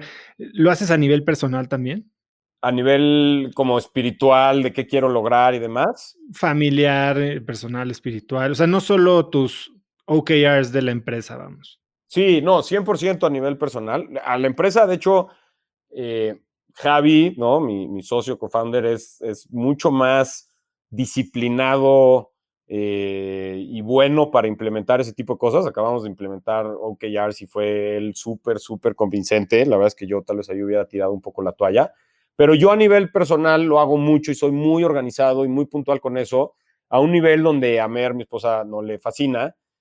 O sea, ¿como qué tipo de cosas aterrizas en términos de objetivos a nivel personal o pareja? ¿Y qué tan seguido haces este ejercicio de, ok, no solo vamos a ver nuestro progreso, sino vamos a salirnos del plan, o sea, a verlo desde afuera y vamos a reevaluar si el concepto entero del plan es algo que sigue haciendo sentido? Sí, creo que, o sea, trato de hacer planes a 10, a 5 y en corto a un año, ¿no? El del año trato de ponerme objetivos de alcanzar alguna meta deportiva, que últimamente ha sido mucho el correr, ¿no? Correr maratones. Trato de ponerme una meta a nivel profesional, ¿no? Que esa sí va muy ligado al performance de la empresa, resultados, ¿no? Pero lograr algo ahí. Trato de ponerme meta a nivel como familiar, mucho de cómo hacer una integración o cómo, para mí creo que tal vez va a sonar bastante pobre de mi parte, pero un poco lo que he aprendido es que pues, los mejores papás son los que están presentes y con solo estar presente ya recorriste muchísimo camino, ¿no? Entonces, parte de mi planificación es cómo estoy más presente y pues ahí le iré entendiendo en el camino cómo tratar de ser mejor papá para cada uno de mis hijos. Entonces, también planeo eso y me pongo objetivos de que ahorita con todo este rollo de home office y cambio, pues ya se modificó, ¿no? Pero en años anteriores era, pues voy a comer por lo menos una vez a la semana a mi casa, los fines de semana son constantes de mis hijos, quiero que se enfoquen en tal vez practicar algún deporte, entonces trato de fomentárselos, ¿no? Ese tipo de planes de viaje, queremos hacer estos 2 o 3 viajes y tal. Ya a nivel 10 años, pues es un poco decir, a ver, me acuerdo, ¿no? Pues ¿cuántos hijos queremos? ¿Qué quisiéramos por qué? O sea, ¿por qué queremos tener hijos? ¿Cuál es esa misión que parece tan importante de tener hijos, ¿no? Estamos en el mismo canal de por qué. Si tenemos hijos, ¿qué tipo de escuela queremos que vayan? ¿Cómo visualizamos esa escuela que combine con los dos? ¿Qué esperamos de la escuela? ¿No? Luego, oye, queremos tener una casa. ¿Qué esperaríamos de esa casa? ¿En qué momento es conveniente esa casa? ¿Esa casa tiene que ser propia o puede ser rentada y nos da el mismo nivel de seguridad, tranquilidad, felicidad? ¿No? Entonces vas armando esos planes, vas armando combinándolo con la parte de trabajo y por lo menos, no, para mí, para Mer es menos aterrizada y como que me dice, no, a ver, yo no me voy a poner a escribir, los platicamos, nos echamos las pláticas cuando quieras, pero a mí no me pongas a andar escribiendo porque me siento súper nerd, incómoda y se siente todo awkward y plastificado. A mí sí, entonces yo voy, me escondo en el baño y escribo mis cosas para yo sí tenerlas muy, muy en control. Y creo que eso es lo que me ha funcionado. ¿Cómo me salgo en perspectiva? Pues otra vez, cuestionándonos ese tipo de cosas y un poco, no sé, de los últimos 5 años para acá, que en los siguientes 10 años yo le decía, oye, para mí una meta importante es que como familia podamos vivir en el extranjero en algún momento 2 años. ¿Qué tenemos que hacer para podernos ir 2 años a vivir fuera al extranjero? Y en un principio era tal vez a mis 35, hace 5 años, yo lo veía más como un sabático. Entonces decía, ¿qué tengo que construir? ¿Qué tengo que hacer para irme un sabático? Pensando mucho en irme a Estados Unidos. Ese plan ya cambió porque justo en esos 5 años, en Resuelve, en la chamba, por también otra serie de circunstancias, hemos ido abriendo oficinas en otras partes del mundo. Entonces, hoy tengo la oportunidad de decir, bueno, no me tengo que ir de sabático y no quiero, porque me encanta mi chamba y no quiero perderme ese año, y tal vez quiero que sean más bien 2 años, y quiero realmente meterme a la cultura del lugar y realmente vivirlo. Y si me voy nomás de vacaciones, pues no creo que vaya a ser así, y voy a estar atado de alguna forma a seguir teniendo que regresar a México tal vez cada una vez al mes, ¿no? Ese era como el plan. Y pues ahorita lo veo y digo, oye, si abrimos oficina en X o Y lugar, y esa oficina tiene un X crecimiento, me puedo ir ahí y realmente quedarme entonces 2 años, ¿no? Y entonces se modificó el plan, ya no es sabático, es trabajando, pero sigue ese objetivo grande de decir, oye, vámonos a vivir fuera un par de años, ¿no? Como familia. Ahora cuéntame un poquito más de Resuelve, porque bueno, yo me he aventado toda la odisea de Resuelve desde que estaban en su segundo año y tuvieron la idea en una clase, como me dice Javi, otro momento de suerte, ¿no? En el que tú sí estabas poniendo atención y él no, pero pues han pasado por muchísimas altas y bajas, ¿no? O sea, ya son 11 años de la empresa, 3 partners diferentes, o sea, dos procesos de compra, recompra, salida, no salida. Cuéntame un poquito, ¿cuáles son digamos, las 3, si tuvieras, lecciones más importantes aprendidas a lo largo de el tiempo en Resuelve? La primera es, y no la tenía para nada clara cuando arrancamos. Y no sé si tú lo has sentido igual y habrá emprendedores allá afuera que seguramente lo han vivido, que es el tener este co-founder, socio, partner directo. Yo como que decía así, o sea, no lo veía, déjame ponerlo así, no lo veía a la misma nivel de importancia que el tomar una decisión de casarte con una persona para vivir el resto de tus días. Y si bien, pues tal vez no está en ese nivel de conexión, ¿no? Espiritual, familiar, en fin, no tiene esos niveles de conexión, pues sí es una persona con la cual convivo, pues muchas veces en tiempo, más que con mi familia, con mis hijos y con mi esposa, ¿no? Porque estoy 8 horas en la oficina y Javi y yo nos sentamos uno enfrente del otro y viajamos juntos y estamos pensando constantemente juntos y entonces eso involucra muchas cosas, ¿no? Eso no lo tenía nada claro y es para mí o sea, no lo tenía nada claro, aunque tenía ese gut feeling de que, mira, pues sí coincidimos en muchas cosas, nos complementamos en otras muchas, y sobre todo creo que tenemos la misma ética de trabajo y de competitividad. Y eso lo aprendí gracias a la experiencia de armar un study trip en en Stanford para los de primer año, que ahí medio trabajamos ya en algo más formal, fuera del típico trabajito de la escuela, ¿no? Pero pues en su momento yo la verdad no la tenía nada clara, o sea, me embarqué y pues va, nos embarcamos, sí, socios, órale, padrísimo, y en el camino nos hemos ido, pues, conociendo muchísimo más y creo que complementando y compenetrando mucho más. Entonces, esa es la primera, ¿no? A ver, te voy a hacer una pregunta ahí. Mm. Co-CEOs, no co-CEOs. O sea, para los que no saben, Javi, que es el socio de Juan Pablo, y Juan Pablo son codirectores generales, que es algo que para muchos inversionistas, para mucha gente en general, no hace mucho sentido. Sí. Y creo que hoy otra vez está viendo como esa moda de que sí hace sentido, ¿no? ¿No has visto eso? Porque el otro día justo me lo preguntaron y como que me decían, bueno, es que hemos visto que ahora sí, en fin.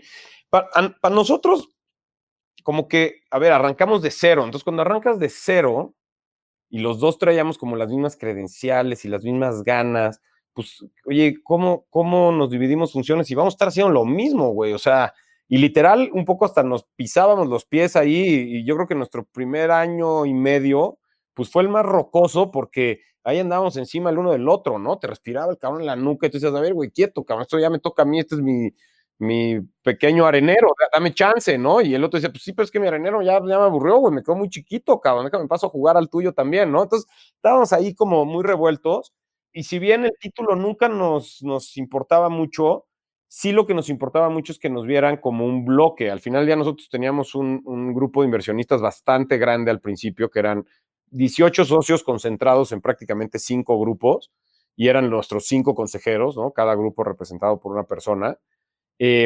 Sí, como que nuestro approach era, a ver, sepan que Javi y yo, uno, somos iguales, ni uno es más importante que el otro o sabe más que el otro, somos igualitos y entonces exigimos mismo respeto y condiciones para ambos y vamos parejos en la decisión a muerte, cabrón.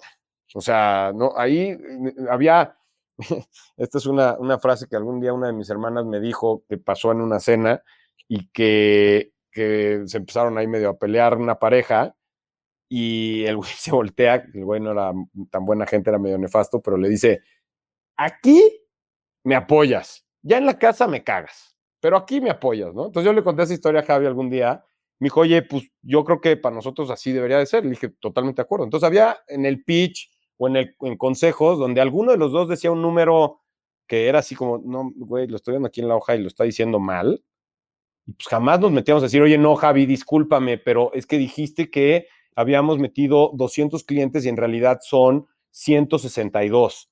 Puta, nunca, cabrón, ¿no? Y así fuera en orden de magnitud, dijiste 2,000 clientes y eran 162, pues nos comíamos los 2,000 clientes y ya después era, oye, Javi, creo que la regamos, vamos a mandar un mail de fe de ratas.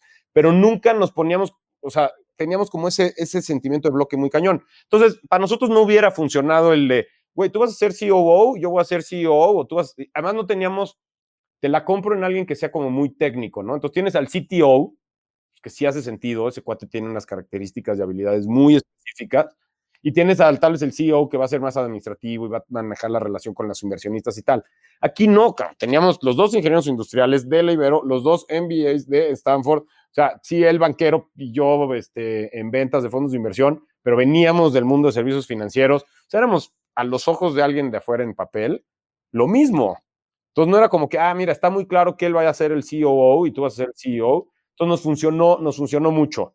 Y yo no lo hubiera cambiado y hoy no lo cambiaría tampoco, ¿no? Ok.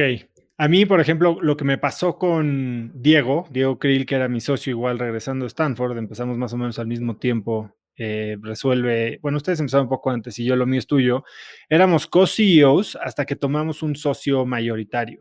Y este socio mayoritario nos empezó a picar al uno con el otro. Y fue ahí cuando empezó a romperse la relación, ¿no? Porque digamos que cada uno teníamos nuestro propio jefe dentro de este socio que ya era el mayoritario y a veces los objetivos no estaban alineados lo que le pedían a él y lo que me pedían a mí, y al final del día la mejor decisión fue asignar a uno como CEO, y fue yo cuando decidí salir de la empresa. Pero bueno, segunda lección. Segunda lección es, y bueno, nada más en esta primera, es muy importante eso porque como bien dijiste, pues va a haber altas, bajas, regulares, malísimas, buenísimas, y si no estás en ese nivel de sociedad con penetración, va a tronar, ¿no? Va a reventar. Cuando sean las malas, pues alguien se va a pandear y no va a funcionar.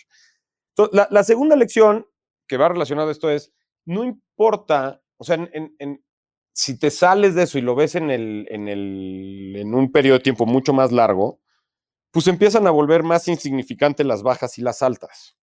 Lo que importa es mantener una constancia, una congruencia, una ecuanimidad ante los diferentes sucesos que puedas tener. Y creo que eso lo hemos ido aprendiendo con el tiempo. Cuando arrancas, pues no llevas tanto y como que los tiempos quieres que sean más rápidos y quieres que suceda de inmediato y te frustra muchísimo si no pasa de inmediato. Y cuando hay un fracaso, pues crees que es el fracaso ya final y que no va a haber más allá de eso y que fuiste muy tonto en no haber tomado ciertas decisiones y tal. Y cuando pasa el tiempo, te vas dando cuenta y pues yo creo que por eso la frase de más sabe el diablo por viejo que por diablo, pues sí es muy real, cabrón. Cuando va pasando esa serie de cosas y ves que las caídas, pues ni fueron tan graves y las subidas o los éxitos tampoco fueron los super éxitos, sino que más bien todo regresa a una cierta constante o normalidad y que es ahí donde realmente pues te demuestras quién eres y con quién estás asociado, y no solo con Javi, sino con el resto de los socios.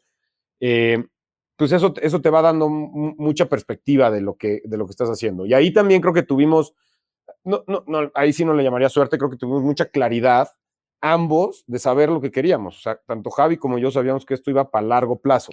No nos metimos a esto para hacer una app y venderla a los 3 años y ganarnos una lana y, qué padre, y quiero ser emprendedor múltiple. Siempre como que fue el de queremos formar algo que logre trascender. Y tal vez al principio no teníamos ni siquiera claro qué era que trascendiera, y luego fuimos un poco dibujando, matizando qué era esa trascendencia, y en el camino fuimos encontrando pues cuáles eran las pasiones que nos motivaban a hacer este tipo de cosas, y por qué mantenernos a largo plazo. Y como dijiste, oye, pues ya ha habido un par de transacciones, y por ejemplo, por lo mismo de esa mentalidad que hemos tenido, en la cual también pues hemos incorporado muchísimo a nuestras esposas, y yo creo que les agradecemos muchísimo que nos han acompañado en este viaje.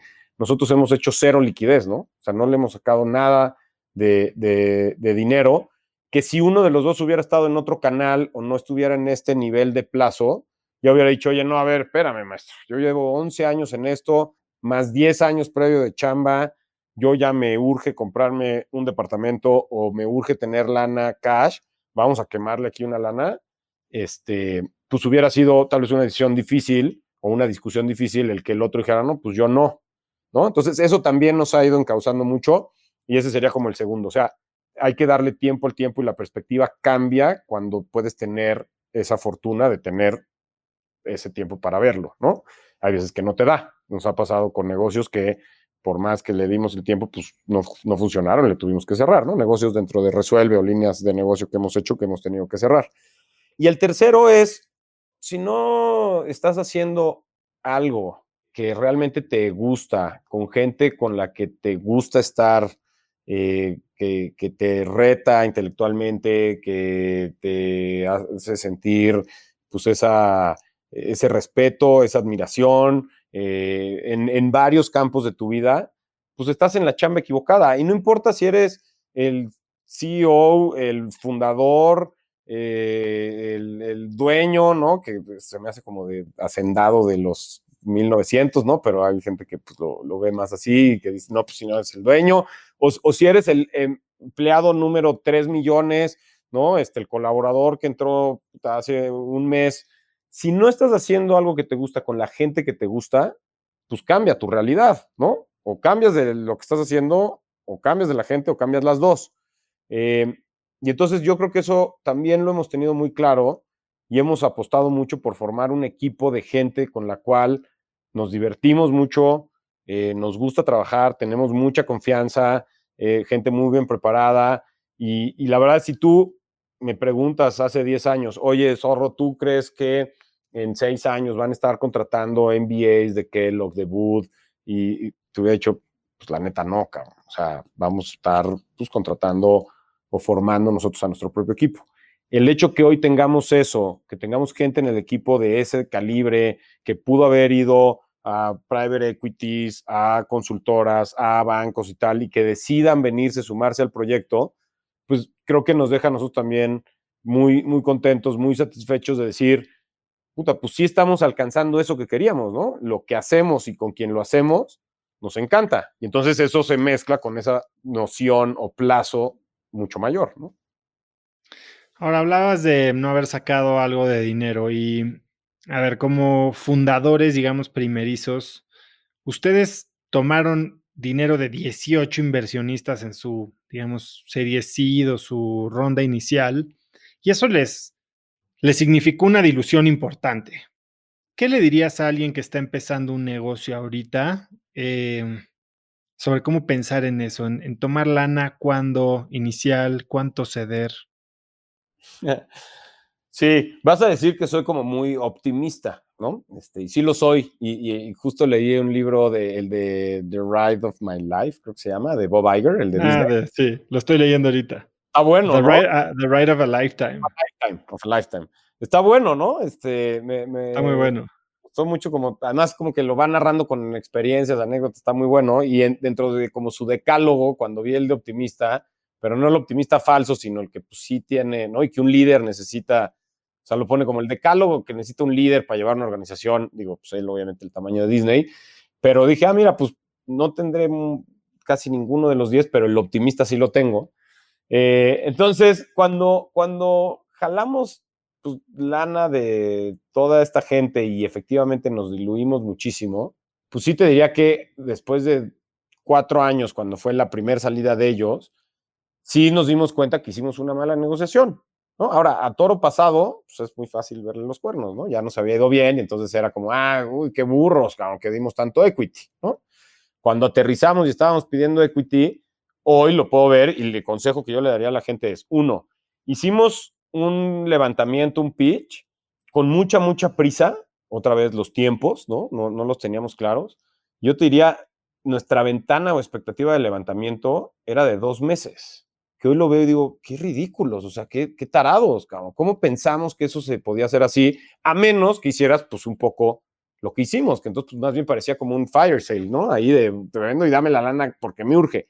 Y nuestra urgencia era también, digo, estaba fundamentada, pero era un poco creo que de muy, muy corto plazo. O sea, nuestra urgencia era, no tenemos chamba, tenemos una deuda, nos urge empezar a cobrar un sueldo porque tenemos 2 esposas que tenemos que mantener.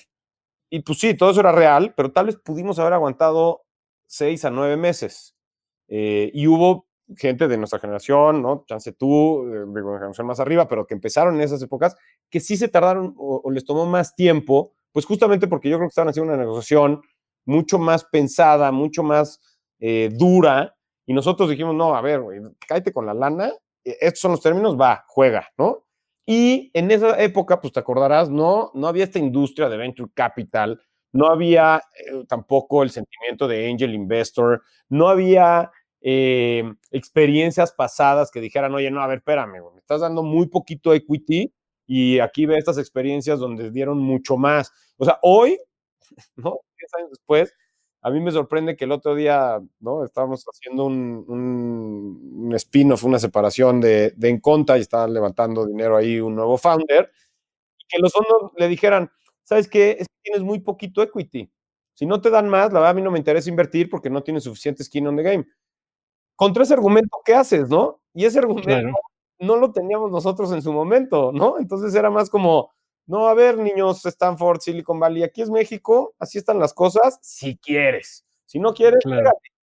Debimos de haberle llegado y poner a competir a nuestros potenciales inversionistas. Ahora, ¿dónde está el optimismo en todo esto?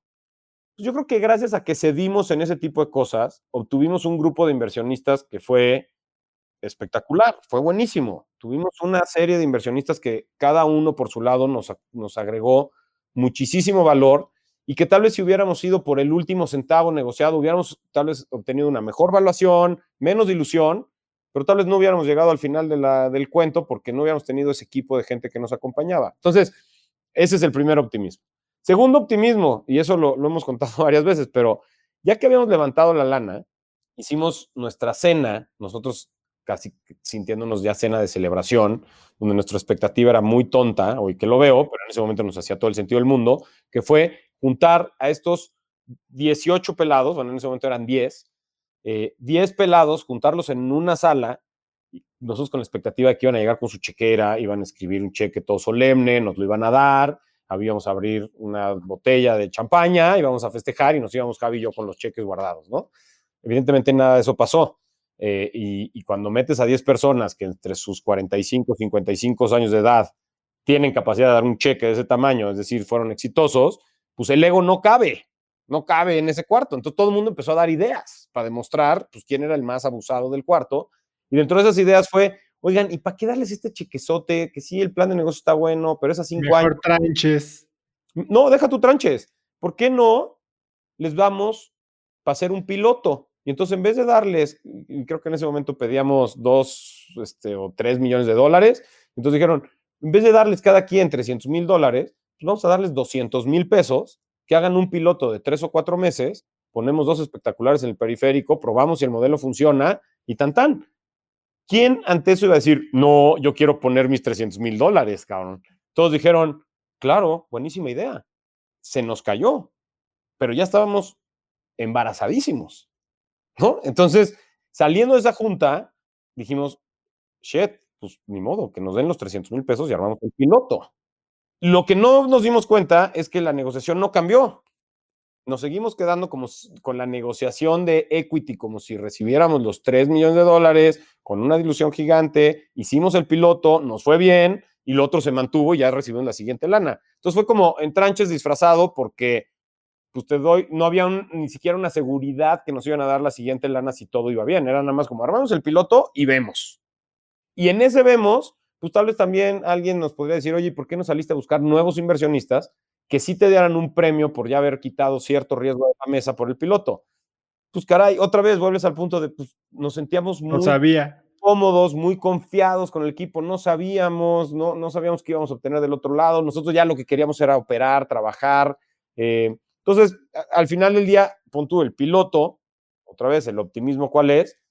Nos hizo ser súper cuidadosos de la lana, ¿no? Nos hizo ser muy, muy frugales, ¿no? Esta palabra, en cómo usábamos la lana y si nos hubieran dado tal vez los $3 millones, lo primero que hubiéramos hecho en nuestra pubertad como emprendedores era ponernos una super oficina y haber puesto supercomputadoras y sin haber probado ni siquiera medio modelo ni resultado, y hubiéramos gastado tal vez $300,000, el doble del piloto, en poner una oficina, que no tenía ningún sentido, ¿no? Entonces eso nos educó un poco a la mala, y eso lo seguimos conservando hoy en día, y entonces nos dio otras cosas, ¿no? Entonces, pues sí aprendimos un poco a la mala. ¿Qué consejos o qué advertencias daría yo?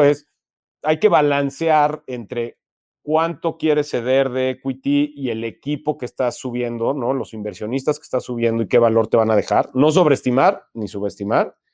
Y en medida de lo posible, pues dale más tiempo a tal vez tú hacer bootstrapping, ¿no? Tú hacer tu auto fondeo para, en medida de lo posible, para ver si la armas y consigues una evaluación un poco más alta, ¿no? Oh, y importantísimo eso que dices de darle suficiente skin in the game, upside, participación al quien lo va a estar operando. Yo recientemente invertí en un negocio en el que una de las partes que, o sea, invertí prácticamente porque me gusta el proyecto y demás, pero claramente el cap table no está bien armado, porque el CEO tiene de entrada, creo que 10% de la empresa. O sea, de entrada en una serie seed, ¿no? O sea, esto, y es un negocio que proyecta estar requiriendo bastante capital. Entonces, al rato que tenga 1%, digo, a menos que valga 8 billones de dólares su empresa, no sé si le va a hacer sentido, ¿no? Sí, Pero definitivamente es importante. parece más el modelo de company builder, ¿no? Que pues además ya probó que no es Exacto, muy exitoso, que digamos. exacto. Bueno, aunque ahorita ves a Snowflake y salió medio de un company builder y es la más exitosa, ¿no? Sí, habría que ver cuántas se quedaron en el camino con muchos emprendedores medio contratados, no, Correcto. claro, ¿no? Oye, y internacionalizar la empresa, ustedes tienen o han abierto Argentina, Colombia, España, México. Dos takes, ¿cuándo se internacionaliza? ¿Cuándo es el momento en el que dices debo de o cuándo mejor te la esperas? Eh, me encantaría decirte, oye, lo planeamos desde el día uno y entonces vimos nuestro modelo financiero y era evidente en un cruce de curvas que teníamos que ir a Colombia. Ni madres. Llegamos a un punto en el 2013, 2014, donde lo que sí nos dimos cuenta es que la profundidad del mercado mexicano no era tanta como creíamos, ¿no? Cuando tú le decías a alguien, oye, voy a poner un negocio que a los que ya no pueden pagar les voy a ayudar a que paguen con un descuento, todo el mundo decía, no, pues en México todo el mundo debe y no paga, ¿no? No es cierto. Y sobre todo lo vas acotando y te das cuenta que hay un mercado de nicho cuando te das cuenta que hay 27 millones de plásticos allá afuera. De esos 10 no se usan, están guardados en un cajón. 17 se usan de manera recurrente, pero hay 1.7 tarjetas por usuario. Entonces tienes 10 millones de usuarios con tarjetas de crédito. Nada más, de 120 y tantos millones de personas, solo 10. Y de esos 10, el 10% es el que no paga. Porque si no, el negocio de tarjetas quiebra, ¿no? Y en cartera vencida como tal, la vigente, digo, cartera vencida actual o vigente en ese momento, es el 5. Si le agregas toda la cartera que castigada, ¿no? Que el banco ya dijo, estos no me pagaron y ya los di como pérdida, aunque intentan seguirlos cobrando, te vas al 10. Entonces tienes 1 millón de personas. Cuando nos dimos cuenta que sí eso era real y de ese millón de personas no sabíamos realmente cuántos sí querían pagar, porque hay muchos dentro de ese millón que dicen, chao, a mí ya no me interesa y que me encuentren y a ver si pueden, dijimos, ¿por dónde más vamos a crecer y formar esa empresa de trascendencia que queríamos hacer? Y nosotros entendiendo ahí la trascendencia como queremos traer al mejor equipo posible, ¿no? O sea, esa era como nuestra ambición, más allá, o sea, el fin último es que vas a tener una empresa que puede tener un alcance mayor, que va a tener obviamente un tamaño mayor, que te va a dar económicamente otro tipo de condiciones, pero pues para llegar a eso primero tienes que tener un gran equipo. Para llegar a ese gran equipo, pues primero necesitas tener una empresa que tenga la posibilidad de ser así de grandota, ¿no? Entonces ahí empezamos a abrir nuevas líneas de negocio primero. Y empezamos con resuelve tu futuro, resuelve tu contabilidad. Y entonces ya se volvía la broma de cuándo era resuelve tu divorcio, resuelve tu funeral, resuelve, ¿no? Esto no está funcionando. Les cambiamos de nombre y teníamos Finks, teníamos Enconta, tenemos Check, tenemos La Tasa, que es un peer-to-peer lending, en fin. Y en ese mismo momento nos habla un cuate de Colombia y nos dice, oigan, vi su modelo de negocio de hecho creo que lo vio en Stanford, que nosotros lo vimos también, la idea la vimos allá, y hay una empresa muy grande en Estados Unidos que es Freedom, y por algo, es más, no sé si incluso creo que fue contigo que platicó, Kenneth, Igual y sí. un colombiano que tiene, bueno, que su empresa, se me fue el nombre ahorita. Bueno, el chiste es que tenía en el mundo de recuperación, ¿no? De recuperación de cartera, tenía esta empresa, nos habla su COO y nos dice, oigan, vi su modelo, me interesa mucho, quisiera hacer algo así en Colombia. Entonces, nuestro consejo ya nos decía, oigan, están bien las líneas de negocio, pero estratégicamente, pues también podríamos ver que si México ya se quedó de cierto tamaño, ¿por qué no vemos otro país? Pensemos en Colombia o se pensaba también en su momento Brasil. Cuando nos habla este cuate, dijimos, pues ahí está nuestro partner local, ¿no? Que además era como que estratégicamente lo que mejor sonaba. Le dijimos, claro, vente a México y platicamos. Llegó a México, el cuate era un ex McKinsey, MBA de MIT, llevaba ya 3 años en la empresa esta que hacía recuperación, compraban cartera y luego la trataban de recuperar, pero como en buena onda, ¿no? No tanto en cobranza dura.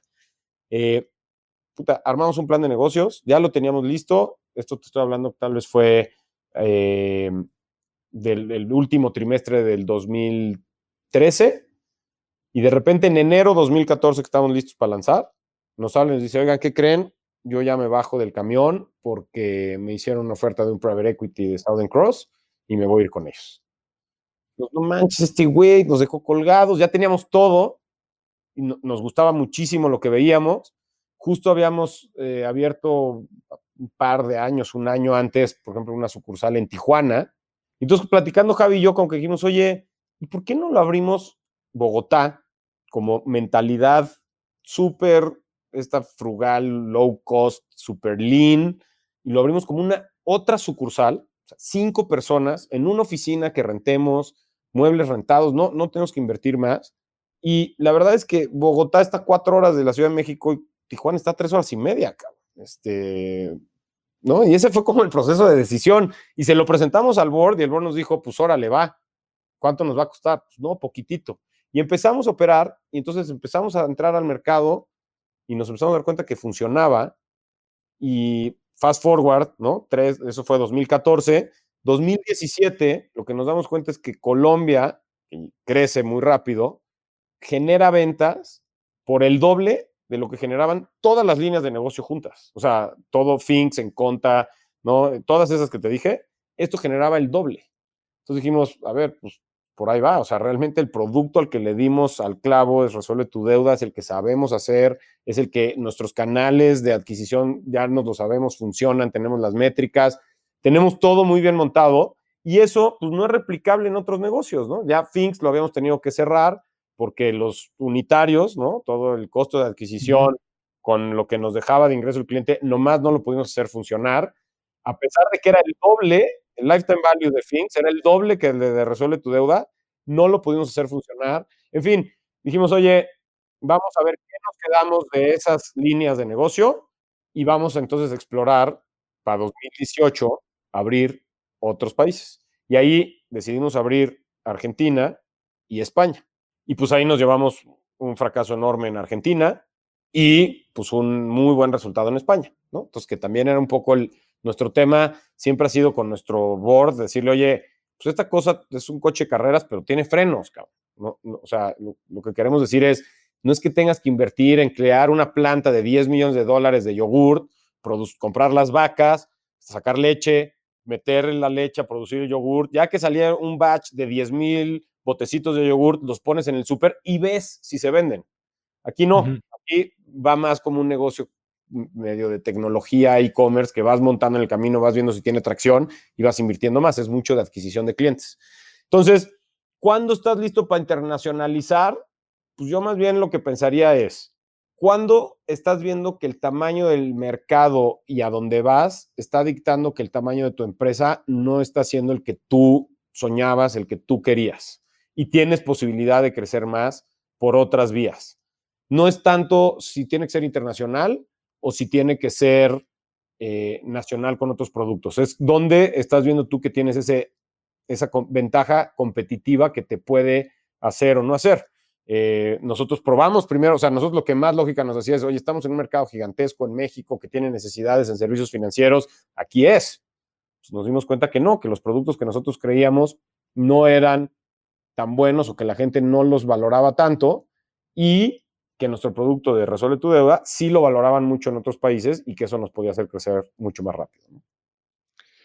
Es interesantísima la historia de Resuelve y estoy seguro que nos podríamos seguir platicando 1000 horas de ventas, adquisiciones, cerrar oficinas, tomar socios, vivir, como dices, mano a mano, quitar oficina cuando ustedes eran de los más aprensivos a tener a la gente ahí y estar teniendo estas interacciones impromptu, ¿no? Y creo que, bueno, pues eso ha cambiado mucho. Pero Zorro, no te voy a detener más. Antes de que te vayas, si pudieras escribir un mensaje en el cielo para que millones de personas lo vieran, ¿qué diría? Grit, la palabra esta de perseverancia. Grit. Sí, Grit. Hay muy buen libro de esta chava Angela Duckworth, creo que es. Uh-huh. Sí, para mí es lo que me funciona. Y creo que alguna vez en alguno de tus podcasts oí decirte que la diferencia entre loco y perseverante es el resultado, o necio, ¿no? Necio y Entre el necio y el perseverante, sí. el resultado. Y pues creo que sí tiene fondo esa reflexión, ese pensamiento, si estás muy enfocado a ser el resultadista, ¿no? Y entonces al que le fue bien, pues te va a decir que es perseverante, y al que le fue mal, pues fue simplemente un necio. Me dejó pensando y yo lo que creo es, pues, más bien habrá que tener más paciencia con los necios y creer que sí es perseverante porque cree que ahí está y tal vez nunca le va a funcionar y nunca le va a resultar, pero para mí vale mucho más el que no le resultó, pero ahí estuvo duro y dale, que el que le funcionó a la primera y tal vez tuvo una mayor cantidad de suerte, no 100%, algo habrá trabajado, pero pues le funcionó y la ruleta le cayó y le pegó y qué fregón, buenísimo, pero pues creo que voy a valorar más el que sigue ahí taloneándole, reinventándose, buscándole por dónde, siendo creativo, siendo abierto, ¿no? Para no convertirse en ese necio, pero siendo muy, muy perseverante. Entonces yo ese sería como pues el mensaje que hoy mando o me gustaría mandar a la gente. Zorro, ¿dónde puede seguirte la gente, contactar contigo, pedirte consejos? Creo que Twitter es lo mejor, en @JP Zorrilla. Ahí no soy bien parásito, la verdad. Soy muy activo lector y lo veo y ahí estoy. Luego no escribo mucho y tal vez pues es algo que podría hacer más. Pero ahí si alguien tiene preguntas, comentarios, encantado. Y el sitio de Resuelve, si quieren saber más. Es www.resuelvetudeuda.com y pues alguien que tenga broncas de deuda nos puede buscar por ahí si ya dejaron de pagar y están ahorita enfrentando, sobre todo en estos momentos de pandemia y demás, están enfrentando pues una situación de no pago, pues encantados de poderles ayudar, de darles asesoría. Tenemos otra herramienta muy padre que se llama mipresupuesto.mx, donde pueden entrar y armar justamente su presupuesto y darse cuenta un poco de la realidad que viven en cuanto a ingresos, gastos, cómo se ve su economía familiar. Lanzamos una campaña de el mes del presupuesto en agosto, tipo el mes del testamento. Lo lanzamos con otras empresas fintech, entonces somos varios ahí en la iniciativa, pero pues métanse, denle una vuelta, está interesante. Y para quien ya tiene ahorita una bronca que no está sabiendo cómo enfrentar, pues ahí en Resuelve tu Deuda. Zorro, la verdad es que padrísima la plática, ya sabes que se siente como platicar con un amigo que eres y que hemos tenido muchas de estas, ojalá y se repita. ¿Algo más que quieras agregar? Nada, Oso, agradecerte muchísimo, de verdad, como ya te lo he dicho, pues ahora aquí y en persona, respeto muchísimo lo que estás haciendo, lo valoro muchísimo. Yo he tomado muchas reflexiones de esto. Le mandé también un par de mensajes ya a algunos de tus invitados agradeciéndoles pues la apertura, lo que comentaron, los aprendizajes que dejaron. Entonces, de verdad, pues felicidades y muchísimas gracias por la invitación. Para mí, de verdad, esto fue un gran, gran honor. Zorro, bien merecida, eres un crack, gracias por compartir estas lecciones y estamos en contacto pronto. Abrazo, mi Oso. Bye. La verdad es que siempre disfruto platicar con Juan Pablo y me encantó tenerlo como invitado el día de hoy. Si te gustó este episodio, compártelo con alguien usando el link cracks.la/090. También sigue Cracks Podcast en Spotify o suscríbete en iTunes y califícanos ahí con 5 estrellas para que más gente nos pueda encontrar. Mencióname en Instagram o Twitter con la lección que más te dejó la plática hoy con Juan Pablo como @osotrava y menciona a Juan Pablo en Twitter sobre todo como @JPZorrilla. Puedes encontrar links a todo lo que Juan Pablo y yo hablamos en cracks.la/090. Y eso es todo por hoy. Yo soy Oso Trava y espero que tengas una semana de cracks. Este episodio es presentado por Platzi. Este año me he hecho un verdadero fan de la educación en línea y estoy convencido de que las empresas que se están desarrollando en este sector están mejorando las expectativas profesionales de miles de personas alrededor del mundo. Una de las empresas que más impacto está teniendo en esta industria es Platzi. Platzi es una plataforma online de aprendizaje con más de 600 cursos en español impartidos por expertos en temas que van desde diseño web y comercio electrónico hasta emprendimiento y programación. Para que se den cuenta del impacto del que hablo, solo chequen estos datos. El número de estudiantes mujeres en Platzi pasó del 17% en 2018 a 34% en 2020. Gracias a esto, Platzi ha contribuido a reducir la brecha salarial entre hombres y mujeres hasta en un 21% en la industria de la tecnología. También el top 70% de los mejores estudiantes duplicó o más sus ingresos anuales. El top 50 incrementó de 2 a 4 veces sus ingresos anuales y el top 10% incrementó más de 5 veces sus ingresos anuales. Así que sí hace la diferencia capacitarse. Además, el 19% pudo inclusive crear su propia empresa. La plataforma tiene una suscripción que te da acceso a todos sus cursos como un Netflix del aprendizaje digital. Platzi ya tiene más de 1 millón de estudiantes en Hispanoamérica y si eres seguidor de Cracks Podcast puedes convertirte en uno más de ellos recibiendo un mes adicional a tu suscripción yendo al link platzi.com/cracks. Platzi se escribe con Z.